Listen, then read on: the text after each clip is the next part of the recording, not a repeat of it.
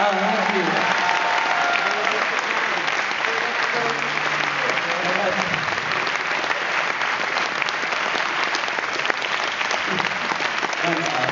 The man who's made a film with Coley says a lot that we've all wanted to say.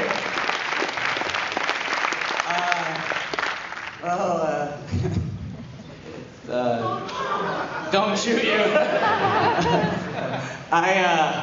It's probably good we premiered it in another country.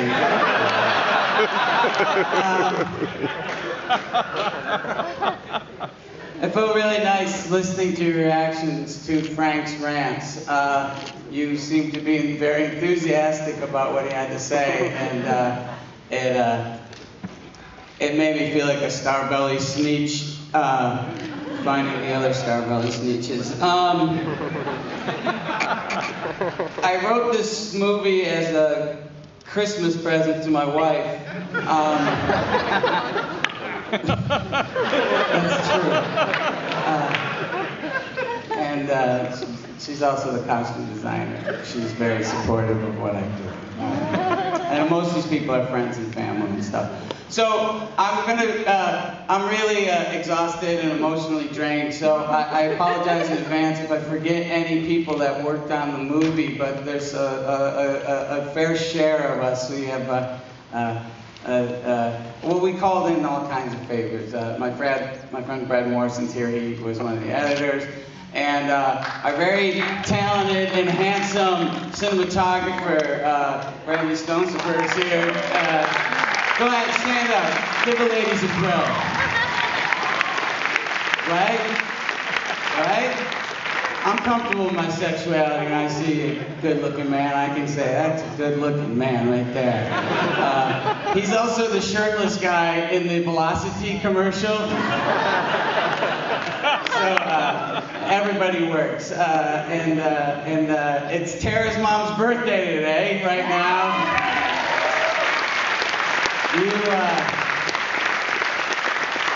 You really crapped out a really talented kid.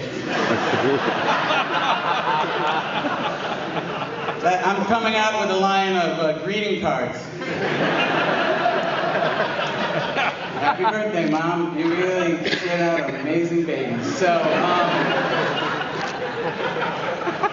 I don't want to miss folks, but it's not like, you know, the Darko team I would really like to thank. There's a whole bunch of folks there, and Ted Ham, and Richard Kelly, and Jeff and Sean McKittrick, and also I'd like to give a special thanks to the mighty Sheila Rose, who really was a big help in getting this all together. But Jeff, I stumbled over his name because I was contemplating if I was going to introduce him. He's also the douchebag that gets shot for taking 2 parking spots. So, like I said, he's like, what is this? Why am I playing a douchebag? And I'm like, I don't know. I don't have any clothes. You look perfect. So, that's not true. He's really wonderful. I'm really fortunate to make movies with the Darko team because they are completely supportive, and I'm really lucky. Richard Kelly and myself had a good laugh last night, I think, because I was like, I think I may have made my Springtime for Hitler, you know. I said, I have no idea how they're going to react tomorrow, you know.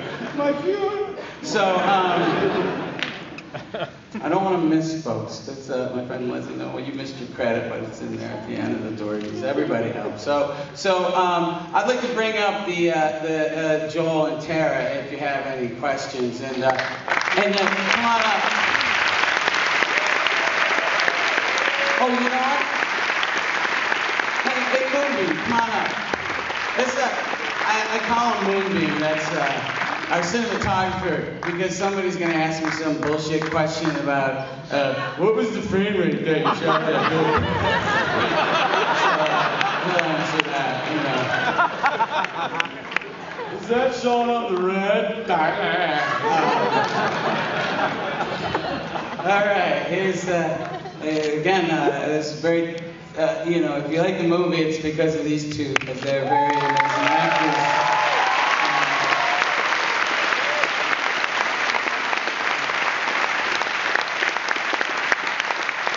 So where did this come from? Deep, dark in your soul, your heart, where did this come from? Like, what was the impetus for it? The impetus was, you know, there's that, the commercial for Tex Pig Fart, right? Well, that's a real commercial in the States where they have an elephant comes out and he farts into the TV screen. If you go on YouTube, you can watch it because people record it and they're laughing at how funny they find it. And it was like, the funniest ringtone ever! And the elephant farts. And I looked over at the 09, my wife, and I was like, I like to give them numbers. And she's cool with it, trust me. So, it was a good year. It was a good year, very good year, the 09. It's really holding up. So we both looked at each other and we go, yeah, let's get some guns. Let's start tonight. Her outlook towards mankind is much more positive than mine, even though people think I'm Frank. I think I'm actually Roxy, because Roxy's just fucking batshit crazy and she wants to kill everybody. Where Frank thinks if you got the right people killed, the world would improve. So that's more my wife's outlook. And that is not, even though that guy is quoting Bill O'Reilly when he says he'd rather lose his freedom of speech than defend the ACLU and thinks they're as bad as Al-Qaeda. Even though that character is always quoting Bill O'Reilly, he is not based on Bill O'Reilly at all. I do not want Bill O'Reilly shot.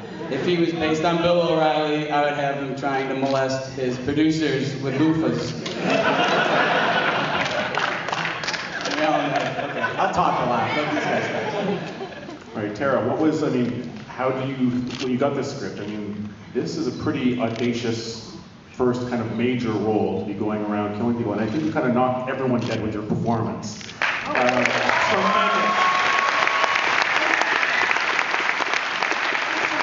So what did you think were you aware of Bobcat's films? Maybe you probably used comedy, but what did you think when you got the script and read the bloodshed and the spewing? Well, I read it with my mother, and we both loved it. We really did. We didn't let my dad read it. We had to wait for him to watch the screen, but we both really loved it. And I'm not saying that we want to go out and start killing people, but there's a lot of truth in his script, and I understood that, and my mom understood that. Thank God. And she had a speech that was a little longer, and it's gone from the movie, and I'm back and forth on it. But when I was watching, when she's holding the thing to Michael Fuller, the Bill O'Reilly character, when she's holding the gun, and she starts talking about how, some hillbilly president was talking to Jesus or the Easter Bunny or some other make-em-up friend of his, play friend of his, yeah. So that was her favorite thing, and then I cut it out, so I'm an asshole. And Joel, what attracted you to this? I've known Bob since One Crazy Summer, and we were in Scrooge together, and I got to do a part in Shakes the Clown, and he sent me the script to Sleeping Dogs Lie, and my agent wouldn't pass it on to me. My agent read 2 pages of it and wouldn't. It's nothing you ever want to see, Joel. And when I saw World's Greatest Dad, I thought that was just fantastic. I was blown away, and I knew some people that were in it, and I was incredibly jealous that I wasn't part of it. And I still think Bob had some back surgery a while back, and I knew he was going to be laid up for a couple of weeks, so I brought him over the first 2 seasons of Mad Men. And I think after that, he was kind of like, yeah, maybe he could act. I don't know. Well, it was kind of like that. I was really high, but but my wife was like, Joel should be Frank, and I was like, Joel who? No, because I always think of Joel as kind of my doppelganger, but cool. So, it's pretty uncanny when you see us next to each other. We are twinsies. What if Bob can't walk direct? But he's amazing in this role, and he's a great actor. Did you think I was offering you the lead at the time? No, he sent me the script, and I literally said, well, what's it going to be, like the milkman again, or what? And he goes, no, Frank. Like, the guy? Yeah, the guy. Oh, fuck, yeah. In a second. But I was kind of blown away that he wanted me to be the guy. I thought, you know, I was going to be a shoe salesman or something in a park.